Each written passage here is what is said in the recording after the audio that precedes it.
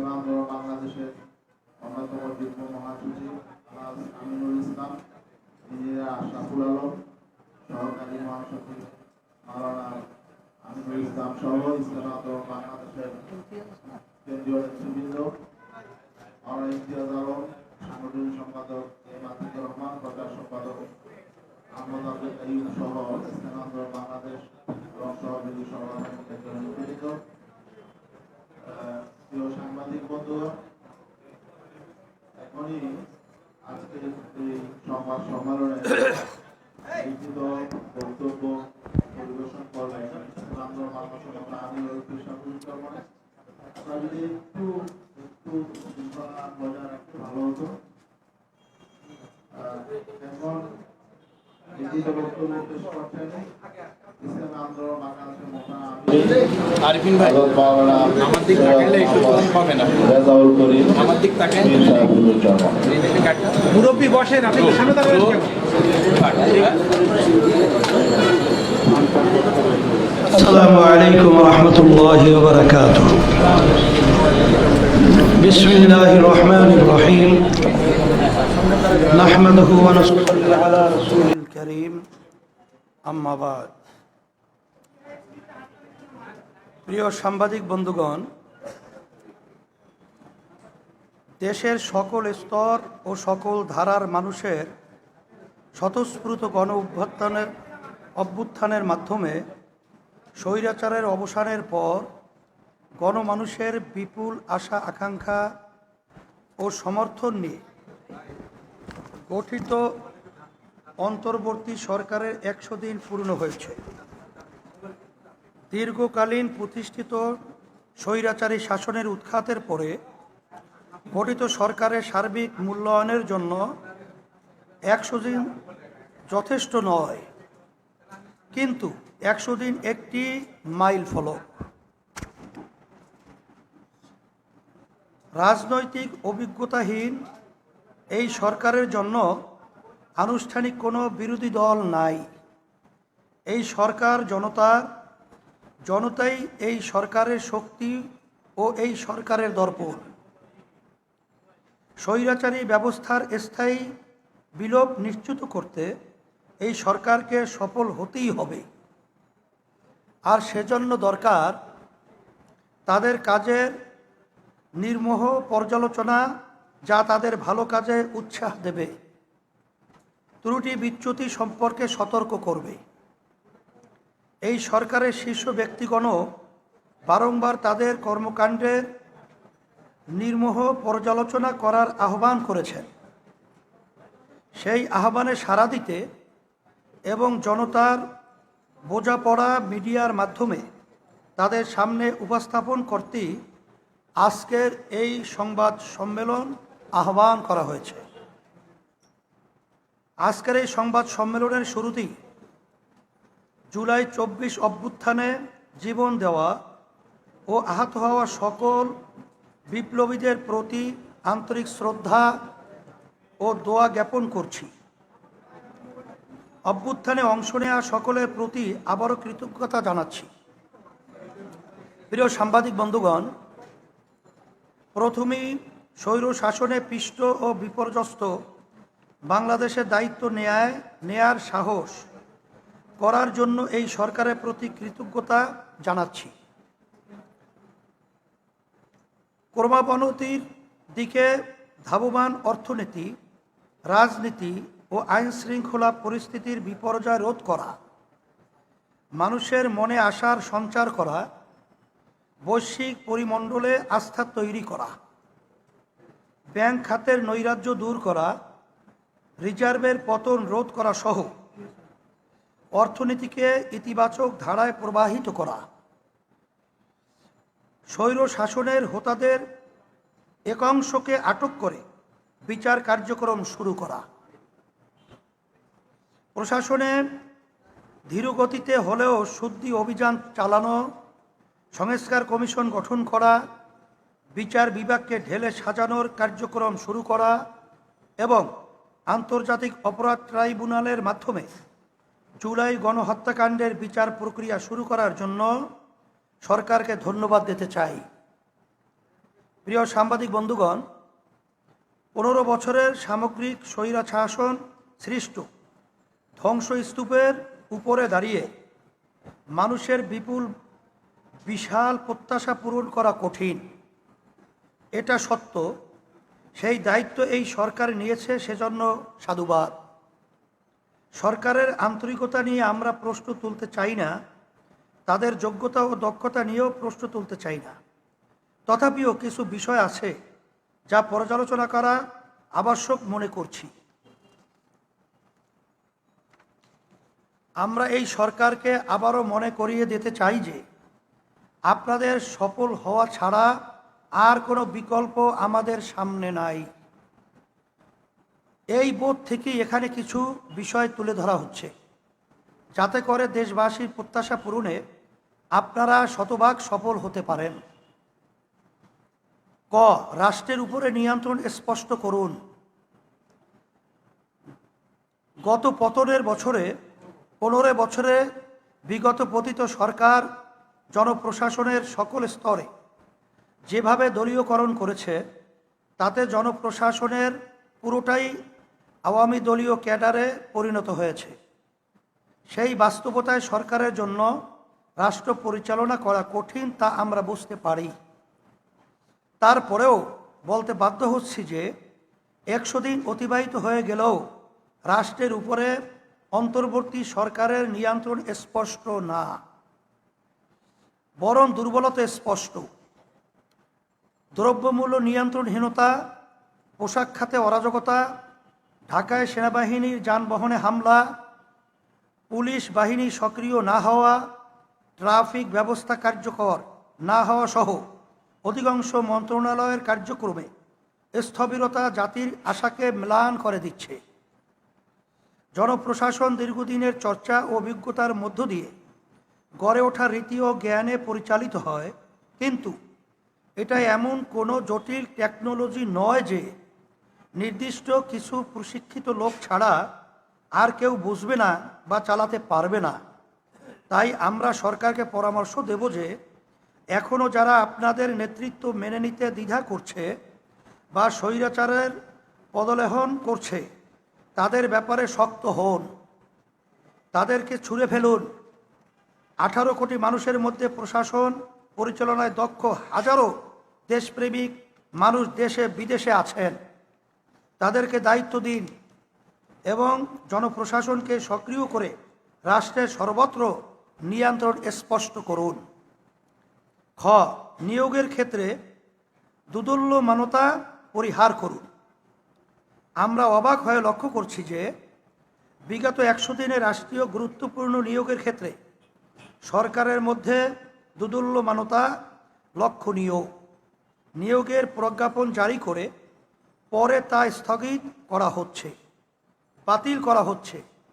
এ বিষয়ে প্রধান উপদেষ্টা মহোদয় ব্যাখ্যা দিয়েছেন, এটা তার ভালো দিক যে ভুল হলে তা শুধরে নিচ্ছেন। ভুল হলে তার উপরে গড়তমি না করে শুধরে নেওয়া প্রশংসনীয়, কিন্তু বারংবার ভুল হওয়া বাঞ্ছনীয় না। এতে করে নেতৃত্বের দুর্বলতা প্রকাশ পায়। সেজন্য বলবো, নিয়োগ প্রক্রিয়ায় দক্ষতা আনুন। প্রজ্ঞাপনের আগে নানা পক্ষের সাথে আলাপ করুন, তথ্য যাচাই যথাযথ করুন, যা যা প্রয়োজন করুন, কিন্তু দুদুল্যমানতা পরিহার করুন। গ, নতুন উপদেষ্টা সহ সকল নিয়োগে স্বচ্ছতা আনুন। প্রশাসন সংক্রান্ত স্বচ্ছতার সংজ্ঞায় সিদ্ধান্ত যাদের প্রভাবিত করে, তাদের কাছে সিদ্ধান্ত গ্রহণ সংক্রান্ত সকল তথ্যের অবাধ ও সরাসরি প্রবাহ থাকার কথা বলা আছে। এর মানে হলো কাউকে কেন কোনো বিবেচনায় নিয়োগ করা হচ্ছে তা জনগণের জানা থাকা উচিত। বিগত 100 দিনের বিভিন্ন নিয়োগ নিয়ে জনমনে প্রশ্ন দেখা দিয়েছে। তাদের কারো কারো বিরুদ্ধে বিগত স্বৈরাচারের সুবিধাভোগী হওয়া ও জনমানুষের বোধ বিশ্বাসের সাথে সাংঘর্ষিক কর্মকাণ্ডে জড়িত থাকার অভিযোগ আছে। আবার কারো ব্যাপারে বিপ্লবে তেমন কোনো অবদান না থাকা সত্ত্বেও বড় পদে পদায়িত করার অভিযোগ আছে। এগুলো মানুষকে ক্ষুব্ধ করে। আপনাদের বিবেচনাবোধ ও বিপ্লবের প্রতি আপনাদের দায়বোধ নিয়ে প্রশ্ন তৈরি করে। আমাদের পরামর্শ হলো, যে কোনো নিয়োগে দক্ষতা ও যোগ্যতার সাথে সাথে বিপ্লবে তার ভূমিকা প্রধান বিবেচ্য হিসাবে ধার্য করুন এবং প্রতিটি নিয়োগের যুক্তি জনতার সামনে উপস্থাপন করুন। বিশেষ করে নতুন নতুন নিয়োগপ্রাপ্ত চরম বিতর্কিত উপদেষ্টা মোস্তফা সরোয়ার ফারুকীকে জনগণ মেনে নেয়নি। অতএব পতিত স্বৈরাচারের বেনিফিশিয়ারি বিকৃত মানসিকতার সমাজ বিধ্বংসী নাটক সিনেমার নির্মাতা মোস্তফা সরোয়ার ফারুকীকে দ্রুত উপদেষ্টা পরিষদ থেকে প্রত্যাহার করা হোক, তা দেশবাসী প্রত্যাশা করে। ঘ. সংস্কার কার্যক্রম প্রতিশীল ও সম্পৃক্ত করুন। এই সরকারের প্রধান দায়িত্ব হল রাষ্ট্র সংস্কার করা, যাতে করে আর কখনোই কোনো স্বৈরাচার জন্ম নিতে না পারে। সেজন্য সংস্কার কমিশন গঠিত হয়েছে, এজন্য ধন্যবাদ জ্ঞাপন করছি। এখন এই কমিশনগুলোকে গতিশীল করুন, জনসম্পৃক্ত করুন। রাজনৈতিক দলগুলোকে সম্পৃক্ত করুন, কারণ তারাই দীর্ঘমেয়াদে জনমত ধারণ করেছে এবং আগামীতেও করবে। তাই সক্রিয়ভাবে রাজনৈতিক দল, উলামা শ্রেণী এবং বিভিন্ন পেশা ও স্তরে জনমানুষকে সম্পৃক্ত করুন। সংস্কার নিয়ে ইতিমধ্যেই মানুষের মধ্যে কানাঘুষা তৈরি হয়েছে। এই কানাঘুষা সংস্কারকে ক্ষতিগ্রস্ত করতে পারে, তাই এখনই পদক্ষেপ নিন। দ্রব্যমূল্য আইন শৃঙ্খলা নিয়ন্ত্রণ করুন। সাধারণ মানুষ জটিল রাজনীতি বোঝে না, তারা তাদের খাদ্যের নিশ্চয়তা চায়, জীবনের নিরাপত্তা চায়, কিন্তু এই দুই ক্ষেত্রেই জনতার অভিজ্ঞতা ভালো না। দ্রব্যমূল্য বহু আগেই নাগালের বাইরে চলে গেছে, সংসার চালাতে সংগ্রাম করতে হচ্ছে।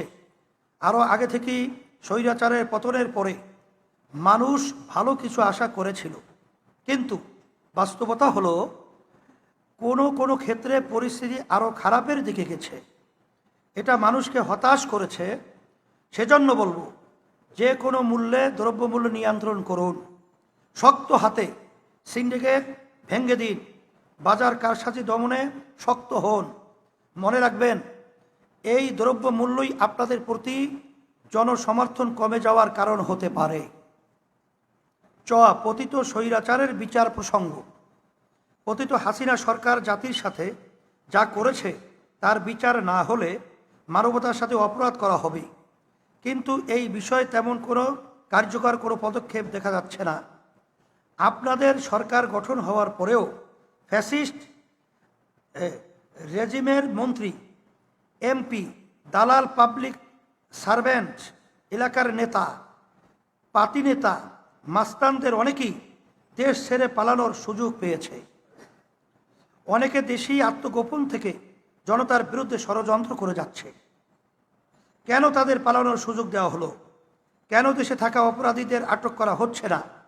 এই প্রশ্ন কোটি জনতার।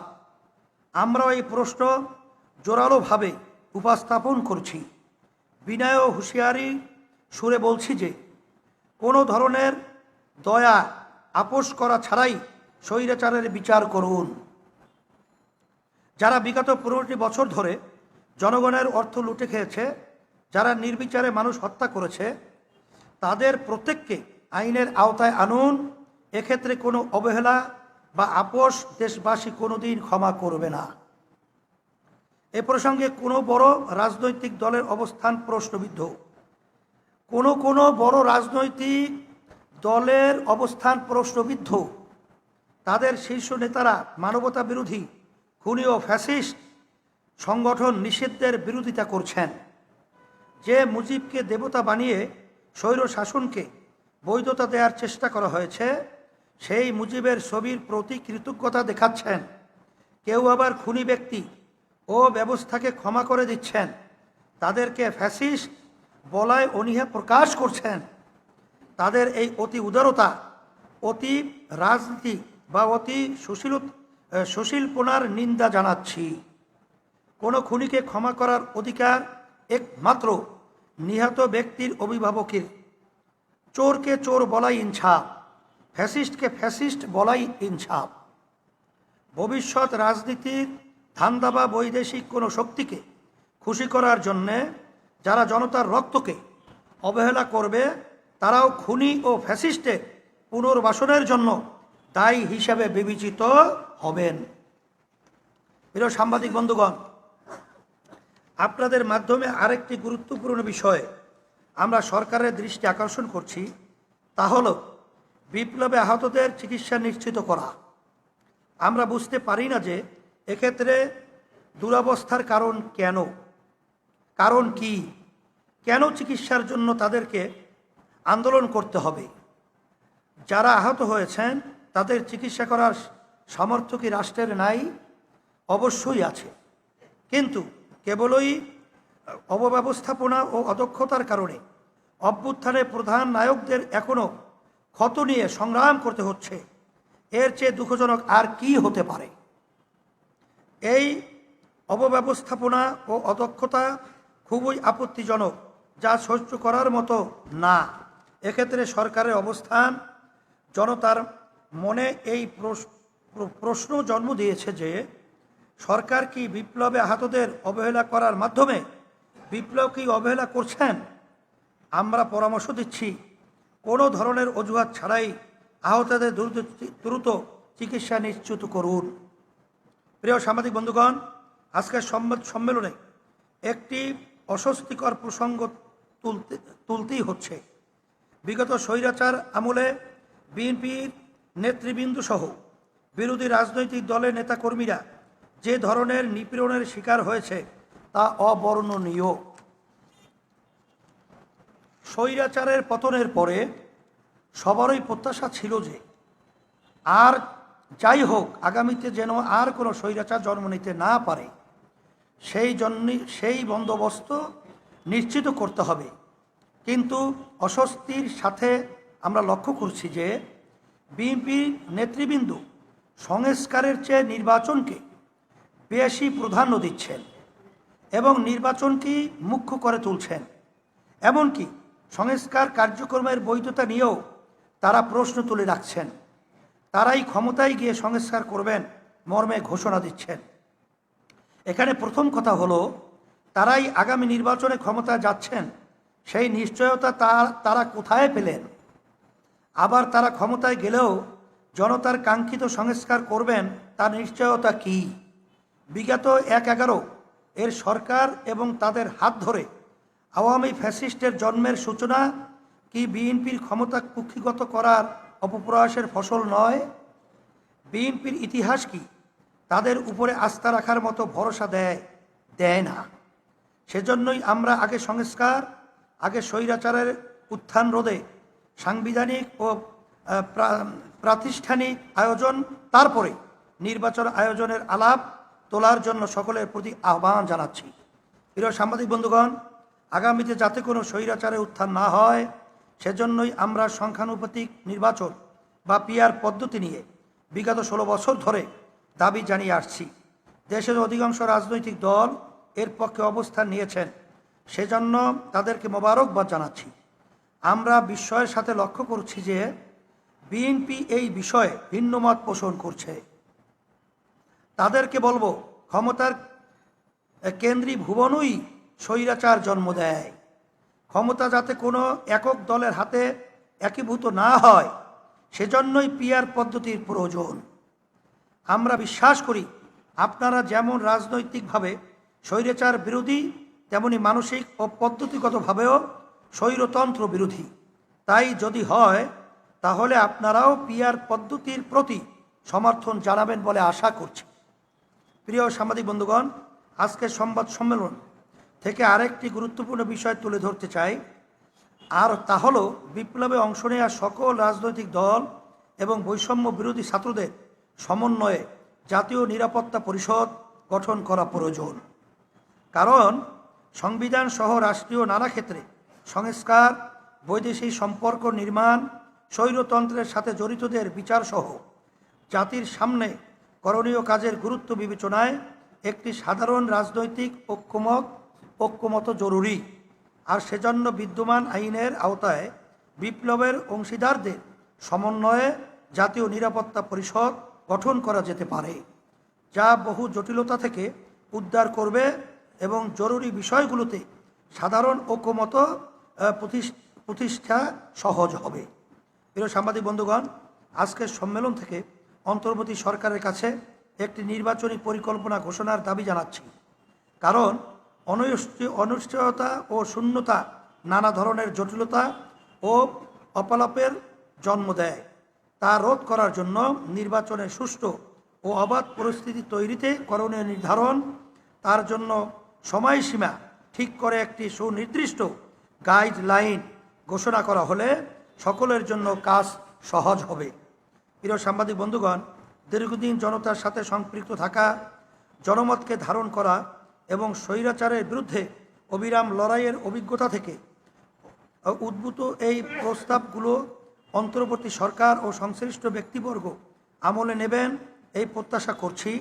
অন্যথায় ঈশান কোণে কালো মেঘের আনাগোনা আরও প্রকট হয়ে উঠতে পারে। আল্লাহ আমাদের হেফাজত করুন, আমিন সুম্মা আমিন। সবাইকে ধন্যবাদ। বন্ধুগণ, যদি কারো কোনো প্রশ্ন থাকে তাহলে আপনারা অনুগ্রহপূর্বক করতে পারেন।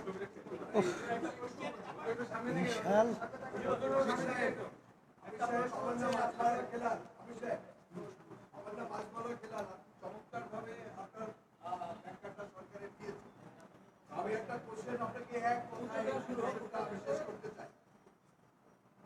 যদি আমার বন্ধুরা দেয় তাহলে আপনি অন্য প্রশ্ন করুন, বন্ধুরা বলার পরে আমি কিন্তু একটা কোশ্চেন যদি আপনি অনুমতি দেন বলেন। প্রথম কোশ্চেনটা হলো, এই আপনি ব্যাখ্যা দিয়েছেন, সম্পূর্ণটা আপনি ব্যাখ্যা দিয়েছেন এবং সরকারের 3 মাসের কার্যক্রমটা আপনি মাইন্ড ফলো বলেছেন, আবার বিরোধিতা মূল কথাও বলেছেন। আমি এক কথায় জানতে চাই, এই সরকারের কর্মকাণ্ডে আপনি খুশি কি না? আমরা খুশি এবং আমরা হতাশা কি কোন কোন বিষয়, সেই বিষয়গুলি আজকে আমাদের বক্তব্যে পরিষ্কারভাবে তুলে ধরছি। তারা যে বিভিন্ন পর্যায়ে সংস্কারের যে দায়িত্ব নিয়েছেন হ্যাঁ, আমরা ওই যে বললাম যে খুশির সাথে কিছু আবার তাদেরকে স্মরণ করা দেওয়ার জন্যে কিছু অখুশির কথাও তো বলেছি। খুশির সাথে কিছু অখুশি মিলিয়ে হ্যাঁ।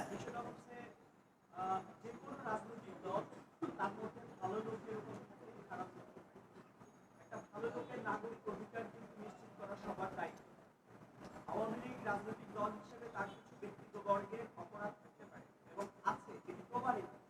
সেই ক্ষেত্রে যারা ভালো লোক তাদের যদি রাজনীতিকে বন্ধ করে দেওয়া হয়, সেটি একটি লিবারেল ডেমোক্রেটিক রাষ্ট্র হিসেবে তার অধিকারকে ক্ষুণ্ণ করে কিনা, এই বিষয়ে আওয়ামী লীগ যদি রাজনীতি করতে চায়, আওয়ামী লীগের যারা সাধারণ মানুষ তারা যদি রাজনৈতিক প্রক্রিয়ায় ফিরতে চায়, তাদের জন্য কি প্রক্রিয়া আসতে হবে?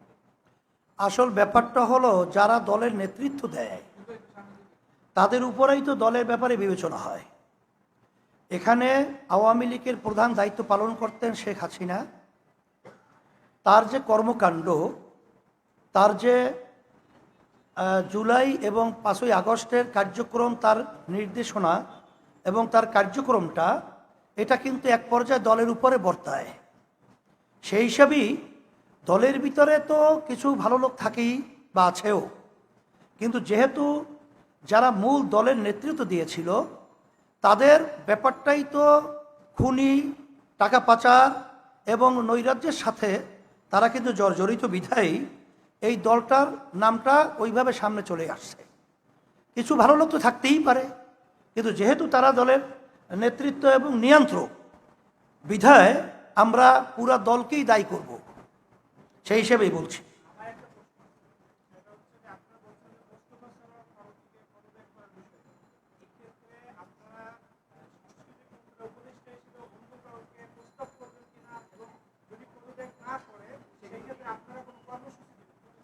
সেটা আমরা বলছি, এই সরকার তারা কিন্তু বাংলাদেশে যে একটা ঐতিহাসিক জুলাই এবং আগস্টে অভ্যুত্থান, এটা কিন্তু ছাত্র জনতার তাদের আত্মত্যাগ, এক কথায় তাদের জানকে বিসর্জন রেখে তারা অনেক পঙ্গুত্ব বরণ করে, অনেকে তারা চিরজীবনের জন্যে তাদের অঙ্গ হারিয়েছে।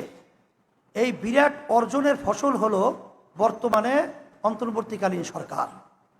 এখানে তারা যে কোনো কাজ করবে, তাদের এটা দায়িত্ব কর্তব্য যে তাদের কাজটা যেন কোনো জনগণের মধ্যে এবং ছাত্র এবং জনতার যে অভ্যুত্থানের যে ফসলটা, এটা বিঘ্নিত না হয়, প্রশ্নবিদ্ধ না হয়। কিন্তু আমরা দুঃখের সাথে লক্ষ্য করছি যে তারা কিছু কার্যক্রম হয়তোবা কোনো ব্যক্তি স্বার্থের জন্যে অথবা কোনো তাদের ব্যক্তিগত সম্পর্কের বাস্তবতাই হিসাবে কিছু উপদেষ্টাদেরকে এইভাবে আসলে দেশ পরিচালনার দায়িত্বে নিছে বলে আমরা মনে করছি। কারণ অভ্যুত্থানে যারা নাকি ছাত্ররা মাঠে দায়িত্ব পালন করেছিল, তারা কিন্তু বলেছে যে তাদের এই যে কার্যক্রমটা তাদের সাথে পরামর্শ ভিত্তিক, এবং তারা পরামর্শ ভিত্তিক এই কার্যক্রমটা করে নাই, এটা তারাও কিন্তু এই প্রশ্ন তুলেছে। বিধায় আমরা বলবো যে তাদের এর থেকে ফিরে আসা উচিত। যদি না আসে তাহলে আমরা বাধ্য হব যে বিতর্কিত উপদেষ্টা যারা আজকে মসনদে বসে আছে তাদেরকে ওখান থেকে যদি না তারা সরায়, তা আমরা পরবর্তী পর্যায়ে আমরা আলোচনার পরে আমরা কর্মসূচি দিতে বাধ্য হব।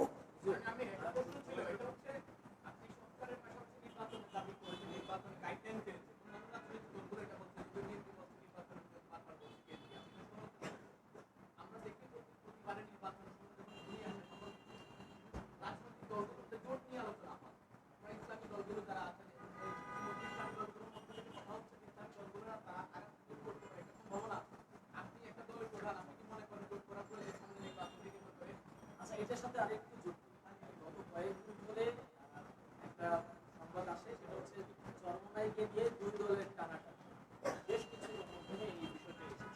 সেক্ষেত্রে আপনার বড় যে দুটি রাজনৈতিক দল আছে, জামায়াত এবং বিএনপি, এই দুই দলের সাথে কোনো ধরনের চলে যাওয়ার সম্ভাবনা আছে? ইসলামী আন্দোলন বাংলাদেশ প্রতিষ্ঠিত হয়েছে ন্যায়ের পক্ষে অন্যায়ের প্রতিবাদে। ইসলামী আন্দোলন বাংলাদেশের মূল লক্ষ্য উদ্দেশ্য হলো বাংলাদেশকে একটা কল্যাণ রাষ্ট্রে পরিণত করা। সেখানে আমরা বারবার বলেছি ইসলামী দলগুলো আমরা একত্রিত হয়ে নির্বাচনের সময় একটা বাক্স যেন পাঠাতে পারি, এই আন্তরিকতা এবং সেইভাবেই আমরা কার্যক্রম পরিচালনা করে আসছি, সামনেও করব, এই সিদ্ধান্ত আমাদের রয়েছে। আজকে আমাদের ইসলামী দলের সাথে দুই একটা উল্লেখযোগ্য তাদের সাথে আমাদের মতবিনিময় আছে এই লক্ষ্যেই। আর আপনি যে বলেছেন বিএনপি এবং উল্লেখযোগ্য জামাত, তাদের সাথে আমরা এক কথায় বলবো যে যাদের চিন্তা চেতনা দেশের কল্যাণের জন্য হবে, তাদের সাথেই আমাদের সম্পৃক্ততা এবং তাদের সাথে দেশ সুন্দর করার ব্যাপারে একাত্মতা থাকবে। আর যারা নাকি নিছক ক্ষমতার জন্যে এবং যারা নাকি নিজেদের স্বার্থের জন্যে যারা রাজনৈতিকভাবে প্রমাণিত হবে কার্যক্রম কথাবার্তা, তাদের ব্যাপারে কিন্তু আমাদের একত্রিত হওয়ার ব্যাপারটা প্রশ্নবিদ্ধ, একত্রিত হওয়া প্রশ্নই আসে না।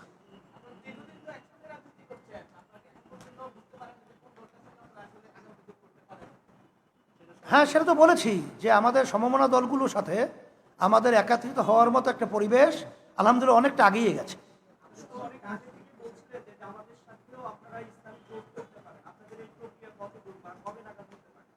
আর জামাত সহ সবার সাথেই দেশের কল্যাণের জন্যে আমরা আলোচনা রাখছি, আলোচনা চলছে।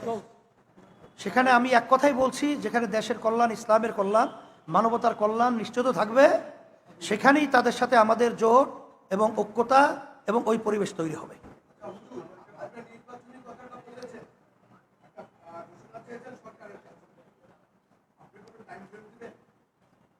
সেটা আমরা বলেছি যে যৌক্তিক একটা সময়, সেই যৌক্তিক তো আমরা কিছুদিন আগে বলেছিলাম সেটা 1-1.5 বছরের বেশি না হওয়া উচিত। সেটা তো আমরা বারবার বলেছি, ক্ষমতা নেয়ার পর থেকে 1-1.5 বছরের বেশি না হওয়া উচিত, এবং সেটা সুনির্দিষ্ট তাদের একটা পরিষ্কার রোডম্যাপ নির্বাচনের ব্যাপারে বলা উচিত। কারণ এ ব্যাপারে সাধারণ মানুষ এবং রাজনৈতিক দলগুলো অনেকটাই কিন্তু চিন্তাযুক্ত যে আসলে তাদের চিন্তাটা কি, তারা কি চায়, এ ব্যাপারটা পরিষ্কার করা উচিত। আজকে আমরা আপনাদের কাছে লিখিত বক্তব্যের মাধ্যমে সেটা আমরা তুলে ধরেছি। আপনাদের সকলকে ধন্যবাদ, আপনারা কষ্ট করে এসেছেন। আমরা সবাই যেন একত্রিত হয়ে দেশের পক্ষে, মানবতার পক্ষে, ইসলামের পক্ষে কাজ করতে পারি। আল্লাহ তৌফিক দান করুন। আপনাদের জন্য সামান্য আপ্যায়নের ব্যবস্থা করা হয়েছে, আপনারা সবাই আপ্যায়ন গ্রহণ করবেন।